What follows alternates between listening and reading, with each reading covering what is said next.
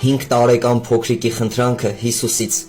Կարող եմ այս դրամներով հրաշք գնել։ Դեղագործը զարմացած հարցնում է, թե հրաշք գնելը ով է իրեն պատվիրել։ Փոքրիկը անկեղծորեն պատասխանում է. Բժիշկն ասաց, որ մայրս միայն հրաշքով կբժշկվի։ Խնդրում եմ, օգնիր ինձ ձեռք բերել, իմ դրամները բավական են։ Դեղագործը պատասխանում է. Երանի, այդ դեղից ունենայի, ես անվճար կտայի, որովհետև մայրիկիդ շատ ես սիրում։ Քո մայրիկին բուժող դեղից միայն Հիսուսի մոտ կա։ Գնա եկեղեցի եւ ասա Հիսուսին, որովհետև Հիսուսը փոքրերին շատ է սիրում ու կլսի քո խնդրանքը։ Փոքրիկը վազելով գնաց մոտակա եկեղեցին, ներս մտավ, կանգնեց խաչված Հիսուսի պատկերի առջև ու ասաց. Գիտեմ, խաչված ես եւ ցավերի մեջ, ինձ լսելու ժամանակ չունես, սակայն քիչ առաջ ինձ դեղագործն ասաց, որ մայրիկիս հրաշք դեղը քեզ մոտ է։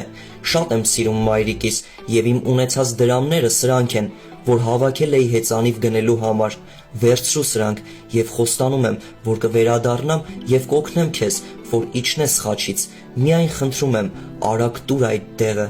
Փոքրիկը ոչ մի պատասխան չլսեց, պատկերը անշարժ էր եւ գոռալով ասաց. Եթե չօգնես ինձ, ես կբողոքեմ քո մայրիկին, եթե դու էլ ինձպես սիրում ես քո մայրիկին, խնդրում եմ, շտապ տուր դեղը, ես անպայման կվերադառնամ եւ կօգնեմ քեզ։ Քահանան հեռվից լսում է փոքրիկի աղմկոտ ձայնը, մոտենում եւ ասում. Հիսուսն ամեն ինչ լսում է, գոռալու անհրաժեշտություն չկա։ Նա ինձ ուղարկեց, որ ես քեզ հետ գամ մայրիկիդ մոտ, տար ինձ ձեր տուն։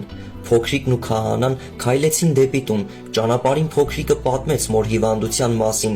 անկողին ընկնելու եւ թե ինչպես է բժիշկը ասել, որ միայն հրաշքը կբուժի մայրիկին, իսկ դեղագործն ասաց, որ միայն Հիսուսը ունի այդ դեղը։ Երբ տուն հասան, մտան մոր սենյակը, սակայն անկողինը դատարկ էր, փոքրիկը ձայն տվեց մայրիկին։ Այդ ժամանակ մայրը խոհանոցից դուրս եկավ, գրկեց փոքրիկին ու ասաց. Բժիշկը, որ ինձ բժշկեց, բարևում էր քեզ եւ ասում, որ ինքն էլ է իր մայրիկին շատ սիրում։